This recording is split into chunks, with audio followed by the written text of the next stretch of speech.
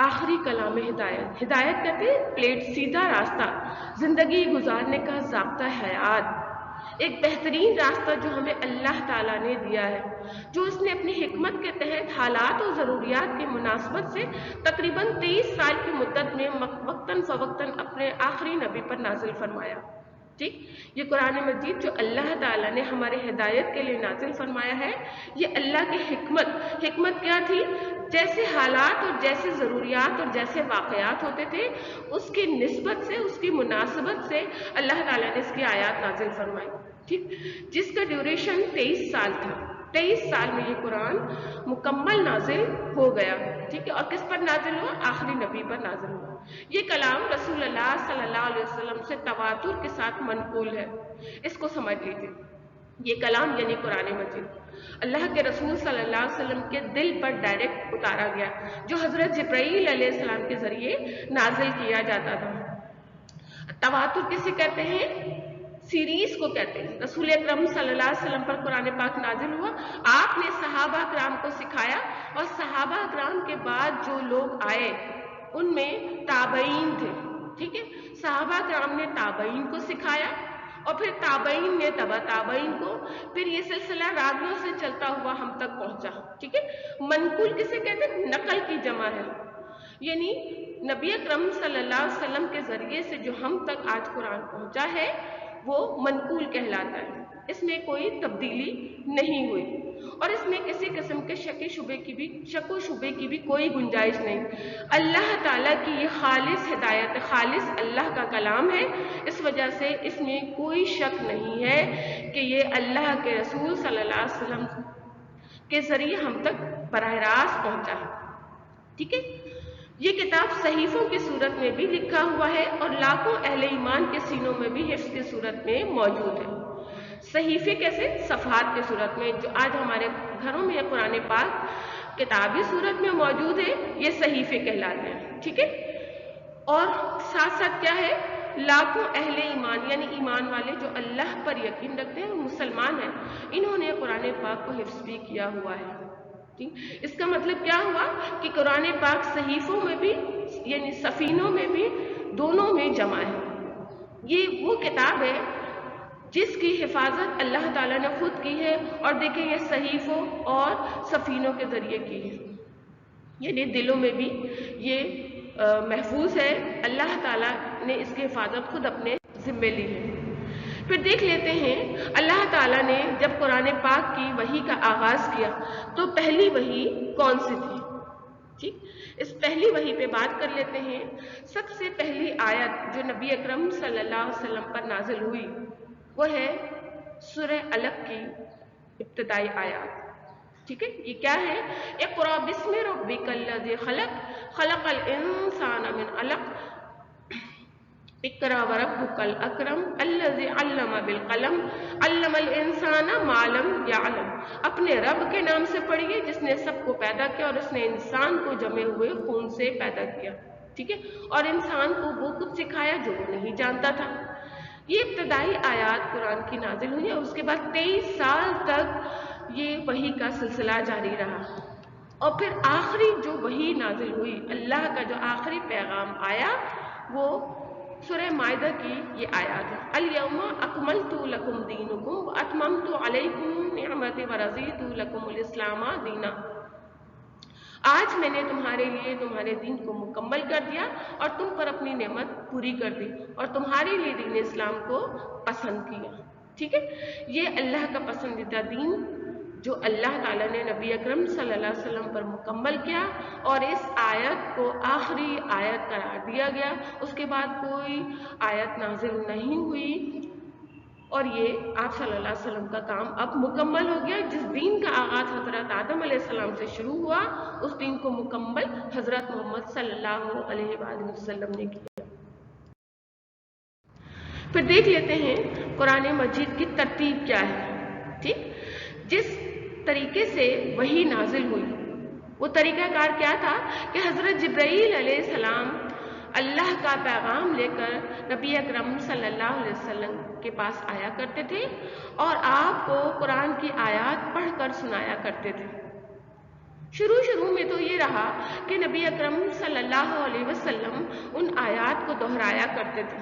اس کے بعد حضرت جبرائیل علیہ السلام نے نبی اکرم صلی اللہ علیہ وسلم سے فرمایا کہ آپ قرآن سنا کریں، خاموشی سے سنا کریں. آپ کے دل میں محفوظ کرنا، حفظ کرنا اللہ کا کام ہے. لہٰذا پھر حضرت جبرائیل علیہ السلام قرآن پڑھا کرتے تھے اور آپ صلی اللہ علیہ وسلم اس کو خاموشی سے سنا کرتے تھے. ٹھیک ہے، اس ترتیب کو نزولی ترتیب کہا جاتا ہے. یہ ترتیب کیا تھی؟ یہ آلٹرنیٹ نہیں تھی. صحیح؟ یہ کس طرح سے تھی؟ جیسے وقت اور حالات اور ضروریات کے لحاظ سے آیات نازل ہوا کرتی تھیں اور نبی اکرم صلی اللہ علیہ وسلم اس کو حفظ کر لیا کرتے تھے اور اللہ ہی حفظ کراتا تھا اور صحابہ کرام کو آپ صلی اللہ علیہ وسلم سکھاتے تھے.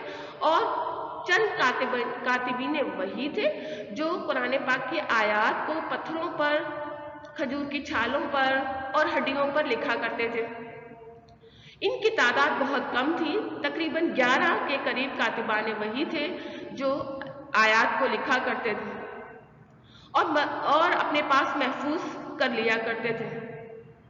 جب قرآن پاک کا نزول مکمل ہو گیا، یعنی 23 سال کے عرصے میں وحی کا پیغام مکمل ہو گیا، تو رسول اکرم صلی اللہ علیہ وسلم نے ان کاتبان وحی کو بلایا اور ان کو حکم دیا کہ وہ قرآن کی ترتیب کریں. ٹھیک ہے، اب اس ترتیب کو آرڈر میں کیا گیا. جو نزولی ترتیب تھی یہ ڈس آرڈر میں تھی. اب جو ترتیب آرڈر میں کی گئی اس ترتیب کو ترتیب توقیفی کہا جاتا ہے. ٹھیک، یہ نکلا ہے وقف سے، واو قاف فا. وقف کے معنی ہے ٹھہرنا یا ٹھہرانا. تو وہ ترتیب جو رسول اکرم صلی اللہ علیہ وسلم نے ٹھہرائی اسے ترتیب توقیفی کہا جاتا ہے. آپ صلی اللہ علیہ وآلہ وسلم نے کاتبان وحی کو بلایا اور انہوں نے قرآن کی آیات کو آپ صلی اللہ علیہ وسلم کے حکم کے مطابق اور اللہ تعالیٰ کی منشا کے مطابق اس کو ترتیب دیا. ٹھیک، اور فرمایا فلاں آیت کو فلاں جگہ اور فلاں سورت کو فلاں جگہ رکھ دو. لہٰذا اسی ترتیب سے قرآن کی جو ترتیب ٹھہرائی گئی وہ رسول اکرم صلی اللہ علیہ وسلم نے ٹھہرائی. اس ترتیب کو ترتیب توقیفی کہا جاتا ہے. ٹھیک ہے، ہم دیکھ لیتے ہیں آگے ہمارا ٹاپک وہ ہے قرآن کی صورتیں. اب بات کر لیتے ہیں قرآن کی صورتوں پر. جو ترتیب رسول اکرم صلی اللہ علیہ وسلم نے ٹھہرائی، ان قرآن کی صورتوں میں قرآن کی کل صورتیں 114 ہیں. ٹھیک، اور قرآن کی سب سے چھوٹی سورت سورہ الکوثر ہے اور سب سے بڑی سورت سورہ البقرہ ہے جو پہلے پارے میں ہے، جبکہ سورہ کوثر آخری پارے میں موجود ہے. مکی صورتوں پر آ جاتے ہیں. نبی اکرم صلی اللہ علیہ وسلم کے 2 ادوار تھے. وہ عرصہ جو آپ صلی اللہ علیہ وسلم نے مکے میں گزارا، نبوت کے بعد آپ نے اپنی زندگی کے 13 سال مکے میں گزارے. مکے میں رہتے ہوئے آپ صلی اللہ علیہ وسلم پر جو صورتیں نازل ہوئیں وحی کے ذریعے وہ مکی صورتیں کہلاتی ہیں. ٹھیک ہے، یعنی ہجرت سے قبل نازل ہونے والی صورتیں مکی صورتیں کہلاتی ہیں. مکی صورتوں کی تعداد 87 یعنی 87 ہے. مکی صورتوں کا جو موضوع تھا وہ عقیدہ آخرت، عقیدہ توحید اور عقیدہ رسالت تھا، کیونکہ قریش مکہ کے لوگوں کی مینٹالٹی چینج کرنا تھا، ان کے ایمان کی کریکشن کرنی تھی. لہذا اللہ تعالیٰ نے عقائد سے ریلیٹڈ آیات نازل فرمائی. پھر آپ صلی اللہ علیہ وسلم نے ہجرت فرمائی اور آپ کا مدنی دور شروع ہوا. آپ صلی اللہ علیہ وسلم نے مدینے میں 10 سال کا عرصہ گزارا.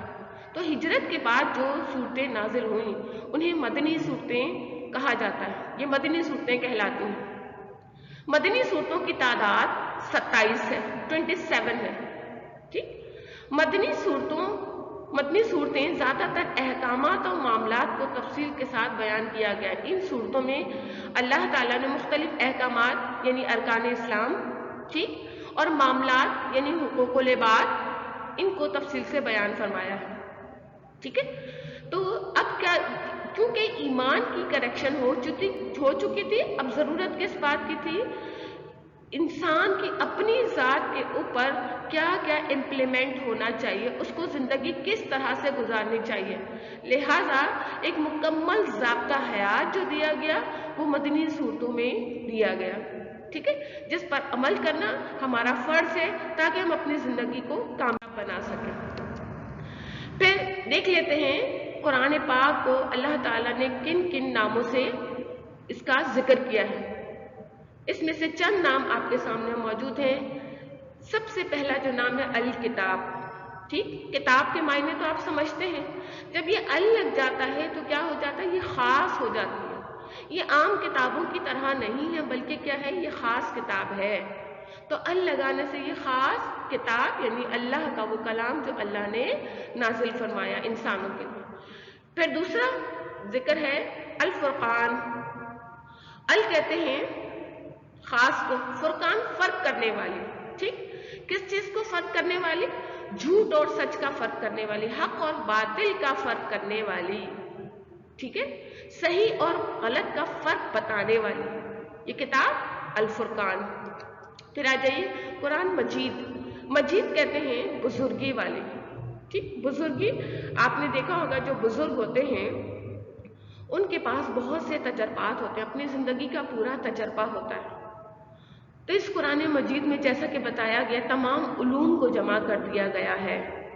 یہ مجموعہ ہے اولین اور آخرین کا، اس وجہ سے اس کو بزرگی والی کتاب کہا جاتا ہے. اس میں وہ خوبصورتی ہے، وہ حسن ہے جو کسی اور کتاب میں نہیں ہے. پھر قرآن کیا ہے؟ خدا ہے، یعنی ہدایت ہے. ہدایت کا مطلب کیا ہوتا ہے؟ صحیح راستہ، سیدھا راستہ، صراط مستقیم کا راستہ جو ہماری دنیا اور ہماری آخرت دونوں کو بہتر بنا سکے، ہماری زندگی کو کامیاب بنانے کا وہ سیدھا راستہ جو ہمیں اللہ اور اس کے رسول صلی اللہ علیہ وسلم نے سکھایا ہے. ٹھیک، پھر قرآن کیا ہے؟ ایک نور ہے، ایک روشنی ہے.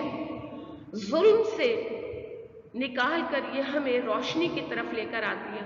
ظلم کیا ہوتی ہیں؟ برائیاں، اندھیرے، ہمارے اندر کے گناہ، ہمارے وہ اخلاق رذیلہ جو ہماری کیریکٹر بلڈنگ کو ڈیمیج کرتے ہیں، وہ ختم کر کے ہمیں روشنی کی طرف لے کر آتی ہے، ایک زندگی کی خوبصورتی کی طرف لے کر آتی ہے. کیونکہ اللہ تعالیٰ نے قرآن کا جو موضوع رکھا ہے وہ انسان رکھا ہے. اور دیکھیں یہ اسماء قرآن، یعنی اسماء کہتے ہیں نام کو، یہ اسماء قرآن آپ کے سامنے آ گئے ہیں. اس کے علاوہ بھی بہت سارے قرآن پاک کے نام ہیں جن کا ذکر قرآن میں آتا ہے. ٹھیک ہے، پھر آ جاتے ہیں ہم اگلے ٹاپک پر کہ اللہ تعالیٰ نے قرآن کی حفاظت کس طرح سے فرمائی ہے. قرآن پاک سے پہلے توریت نازل ہوئی، زبور نازل ہوئی، انجیل نازل ہوئی. ان کتابوں کی حفاظت کی ذمہ داری اللہ تعالیٰ نے انسانوں پر رکھی تھی، لیکن انسانوں نے اس کی حفاظت نہیں کی. اس میں تبدیلی کر دی، اپنی مرضی کے مطابق انہوں نے احکامات اور خواہشات کے مطابق چینجنگ کر دی اور اصل شریعت کہیں مس ہو گئی. تو خالص کلام اللہ کا کلام نہیں رہا بلکہ اس میں تبدیلی ہو گئی. اس وجہ سے اللہ تعالیٰ نے ایک کے بعد ایک کتاب نازل فرمائی. لیکن قرآن پاک وہ کتاب ہے جس کی حفاظت کی ذمہ داری اللہ تعالیٰ نے خود اپنے پاس رکھی ہے. ٹھیک ہے، اور اللہ تعالیٰ نے قرآن پاک میں ارشاد فرمایا اِنَّا نَحْنُ نَزَّلْنَا الذِّكْرَ وَإِنَّا لَهُ لَحَافِظُونَ. بے شک یہ ذکر یعنی قرآن ہم نے نازل کیا اور ہم ہی اس کی حفاظت کرنے والے ہیں. اللہ تعالیٰ نے اب قرآن کی حفاظت اپنے پاس رکھی کیونکہ انسان اس لائق نہیں ہے کہ وہ اللہ کے کلام کی حفاظت کر سکے، وہ اس میں تبدیلی کر دیتے ہیں. اور اللہ تعالیٰ نے نہ صرف قرآن کی حفاظت کی بلکہ ایک خاص شخصیت جو اللہ کے رسول صلی اللہ علیہ وسلم ہے، آپ کے کلام کی بھی حفاظت فرمائی. جو کچھ رسول اکرم صلی اللہ علیہ وسلم نے ارشاد فرمایا اس کی بھی حفاظت فرمائی. ٹھیک، یعنی سنت، قرآن اور سنت و حدیث کی اللہ تعالیٰ نے حفاظت فرمائی.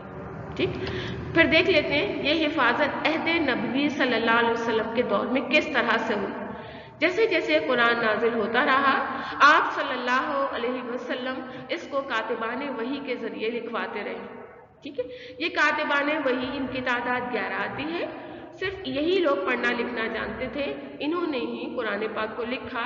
چونکہ وہ اس وقت جو پبلشنگ کا دور نہیں تھا، لہٰذا قرآن پاک کو پتھروں پر اور کھجور کی چھالوں پر اور ہڈیوں، جانوروں کی ہڈیوں، چوڑی چوڑی ہڈیوں پر قرآن پاک کی آیات کو لکھا جاتا تھا اور اسے محفوظ کر لیا جاتا تھا۔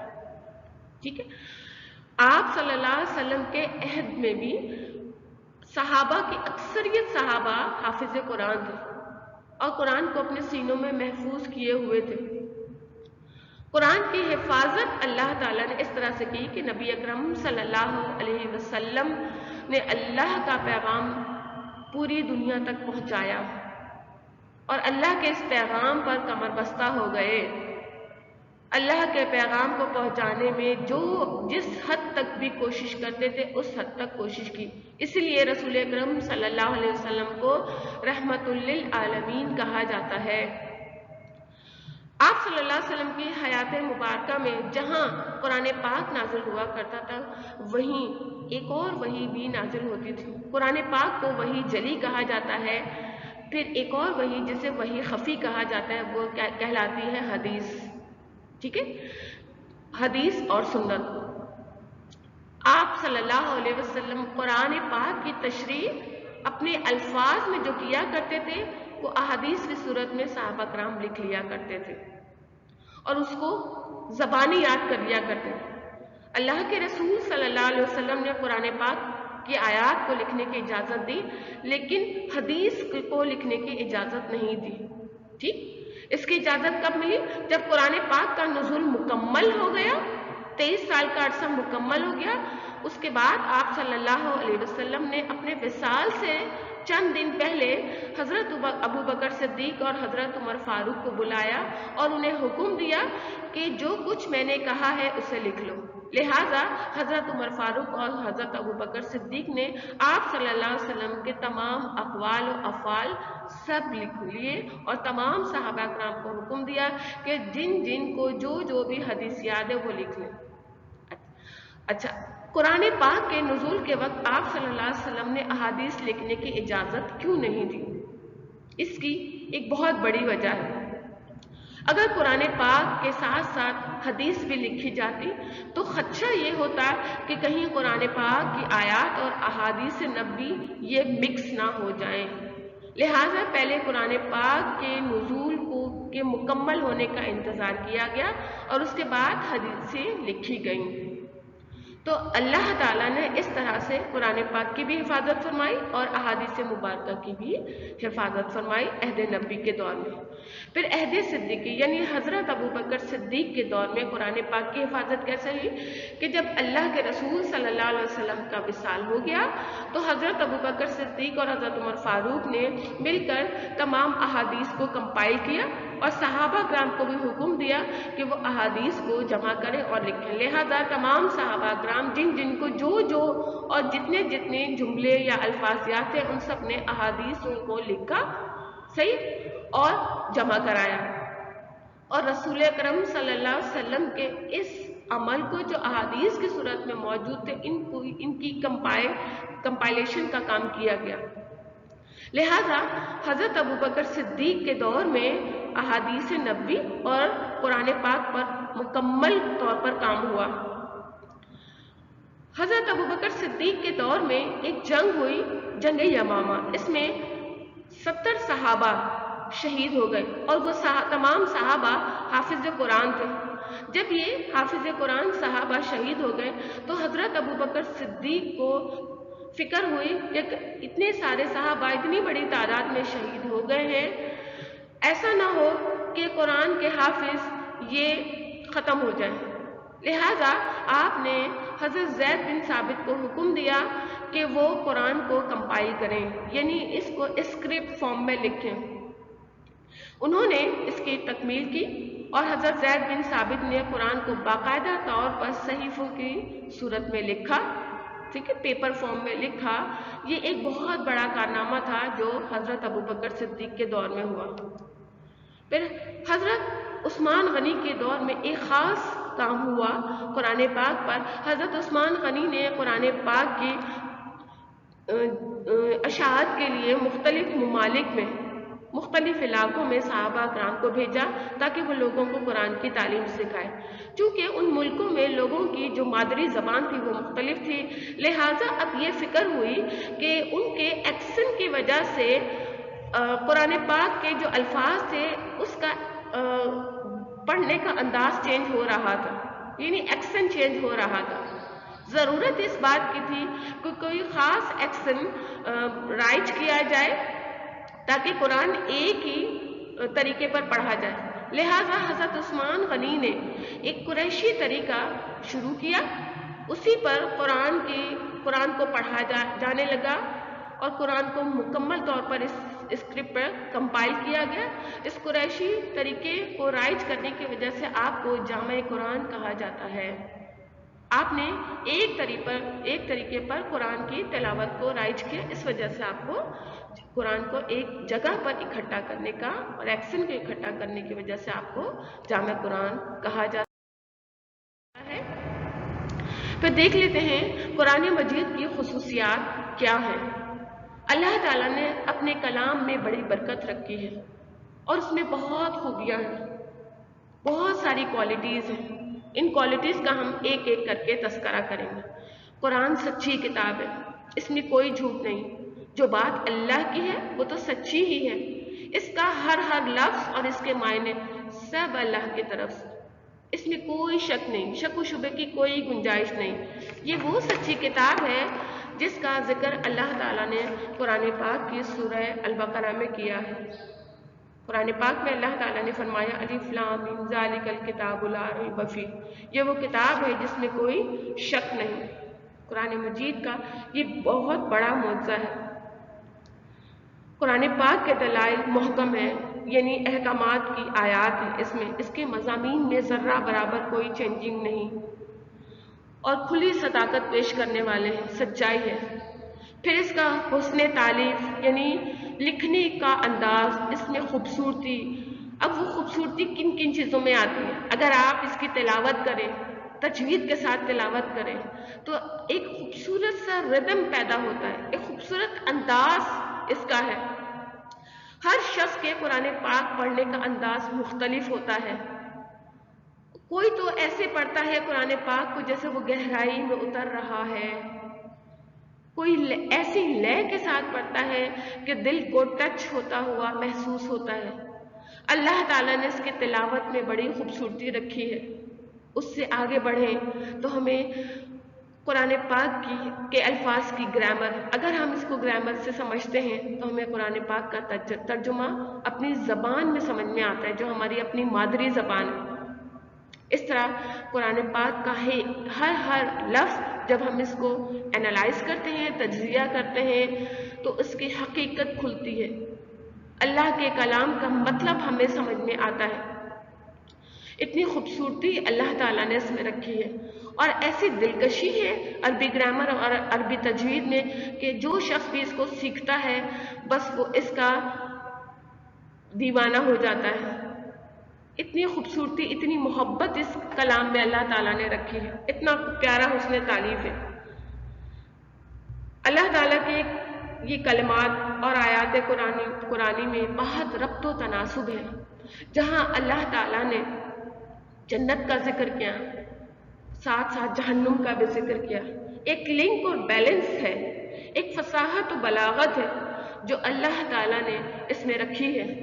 بڑے بڑے جو فصیح و بلیغ شعراء بھی ہیں وہ اس کے سامنے عاجز ہو گئے۔ تبھی تو قریش مکہ کے لوگ کہا کرتے تھے کہ محمد صلی اللہ علیہ وسلم تو شاعر ہیں، مجنون ہیں، کیونکہ انہیں پتا تھا کہ اس کلام میں بڑی اٹریکشن ہے، بڑی تاثیر ہے۔ جو بھی اس کو سنتا تھا اس میں اس کی تاثیر کو محسوس کرتا تھا۔ پھر اللہ کے اس کلام میں علوم معرفت کا خزانہ ہے۔ علوم علم کی جمع اور معرفت پہچان۔ انسان اپنی ذات کو پہچانتا ہے جب انسان قرآن پاک پڑھتا ہے، اور خاص طور پر ایمان والے جب قرآن پاک کو پڑھتے ہیں تو وہ اس علم کو حاصل کر لیتے ہیں جو اللہ تعالیٰ نے خزانے کی صورت میں اس کے اندر محفوظ کیا ہوا ہے۔ اس وقت دنیا میں جتنے بھی علوم ہیں ان سب کی شاخیں قرآن پاک سے ہی نکلی ہیں۔ یہ وہ ان علوم کا مجموعہ ہے جسے حاصل کر کے ہم اپنی زندگی کو بہترین طریقے پر گزار سکتے ہیں، اللہ کی پہچان کر سکتے ہیں۔ اگر ہم اس کو دو کیٹیگری میں ڈیوائڈ کرتے ہیں، یعنی دنیاوی علم اور دینی علم، تو اس کا تعلق انسان کے دل اور ذہن سے ہوتا ہے۔ جب انسان دنیاوی علم حاصل کرتا ہے تو اس کا ذہن کھلتا ہے، اس کا شعور بیدار ہوتا ہے، اور جب وہ دین کا علم حاصل کرتا ہے تو اس کو دل کی معرفت حاصل ہوتی ہے، اس کے دل میں ایک اٹیچمنٹ پیدا ہوتی ہے، اللہ کی پہچان ہوتی ہے، اپنے دین کی پہچان ہوتی ہے۔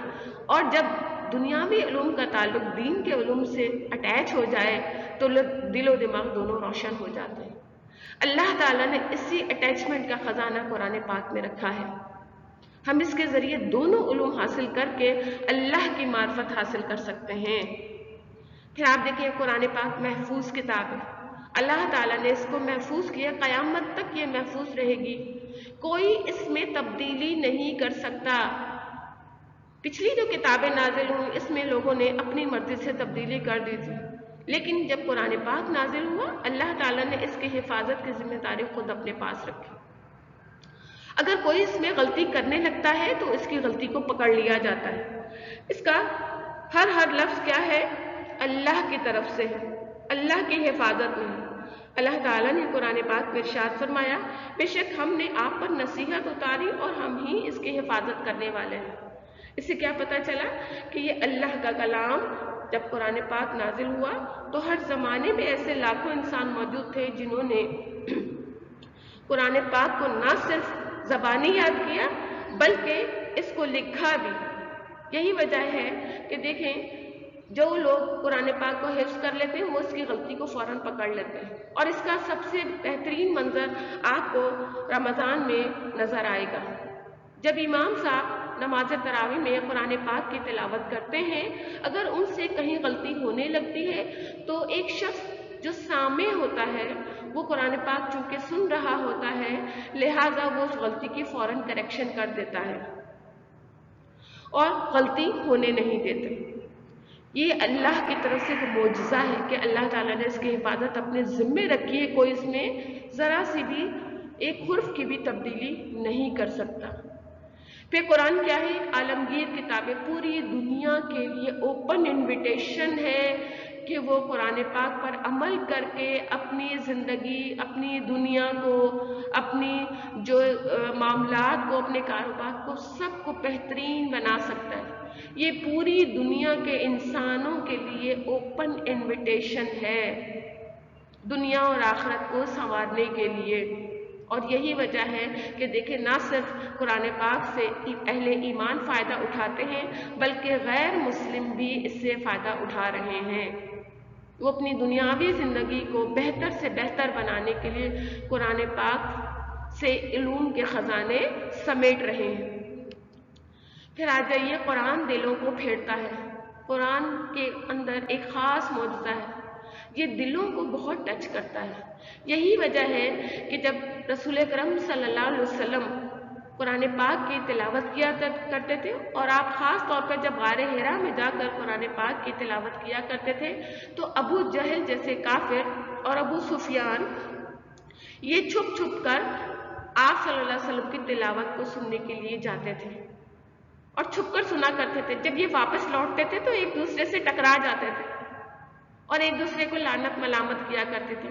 دیکھیے کیا وجہ تھی؟ کیونکہ قرآن میں تاثیر تھی، اس تاثیر کو وہ محسوس کرتے تھے لیکن انا کی بیس پر وہ ایمان نہیں لاتے تھے۔ یہی وجہ تھی کہ دیکھیں حضرت عمر فاروق جیسے جلیل القدر شخصیت جن کی وجہ سے کفر جو ہے وہ مضبوط تھا، ان کے دل پر جس طرح سے قرآن کی آیات نے اثر ڈالا اب وہ کفر سے پھر کر ایمان کی طرف آ گئے، اور جو بھی اللہ کے کلام کو سنتا تھا اس کا دل اسلام سے سرشار ہو جاتا تھا، اللہ کی محبت میں پھر جاتا تھا۔ قرآن ہے ہی ایسا کلام کہ انسان کے دلوں کو پھیر دیتا ہے، بشرطے کہ انسان اس کو محبت سے پڑھے۔ یہ قرآن پاک کی ایک محبت ہے، ایک خوبصورتی ہے، ایک تاثیر ہے جس کا اثر انسان کی ذات کے اوپر ضرور پڑتا ہے۔ قرآن انسان کو بلند رکھتا ہے. یہ کیا ہے؟ عزت کی بلندی. جب انسان قرآن کو تھام لیتا ہے، اللہ کے اس کلام کے ذریعے اپنی زندگی کو سنوارنے کی کوشش کرتا ہے اور اس کے مطابق اپنی زندگی کو کنورٹ کرتا ہے، اب اللہ کی طرف سے اس کو عزت ملنا شروع ہو جاتی ہے، اور یہ عزت انسانوں میں بھی کنورٹ ہو جاتی ہے، انسانوں میں بھی ٹرانسفر ہوتی ہے. جب انسان اللہ کے کلام پر عمل کرتا ہے تو لوگ اس کی بہت عزت کرتے ہیں، اس کا بہت خیال رکھتے ہیں، اس سے بہت محبت کرتے ہیں. جب اللہ بندے سے محبت کرنے لگتا ہے، اور کس وجہ سے ہوتا ہے کہ اس نے اللہ کے کلام کو اپنایا، اللہ کے کلام کی وجہ سے اس کو جو عزت ملتی ہے اس میں وہ دنیا اور آخرت دونوں کی کامیابی حاصل کر لیتا ہے. پھر آپ دیکھیے قرآن وہ کلام ہے جو بار بار پڑھی جانے والی کتاب، اس کو پڑھنے سے بیزاری نہیں ہوتی. آپ قرآن کو پڑھیں، آپ کے دل میں محبت پیدا ہو. جب یہ آپ اس کو پڑھنا شروع کریں، ترتیب سے پڑھنا شروع کریں، جب یہ کمپلیٹ ہو جاتی ہے تو آپ کا دل چاہتا ہے آپ دوبارہ پڑھیں. اور جتنی بار آپ قرآن کو نئے سرے سے شروع کرتے ہیں، آپ کو اس میں مزید اور خوبصورتی محسوس ہوتی ہے، مزید اور اس میں اٹریکشن پیدا ہوتی ہے. اس کے برعکس اگر آپ دنیاوی کوئی کتاب دیکھیں، کوئی بھی کتاب پڑھیں، کوئی کہانی بھی اگر آپ پڑھتے ہیں تو آپ ایک بار پڑھتے ہیں، آپ کو دوبارہ دل نہیں چاہتا پڑھنے کو. لیکن قرآن میں ایک خاص معجزہ یہ ہے کہ اس کو بار بار پڑھنے کو دل چاہتا ہے.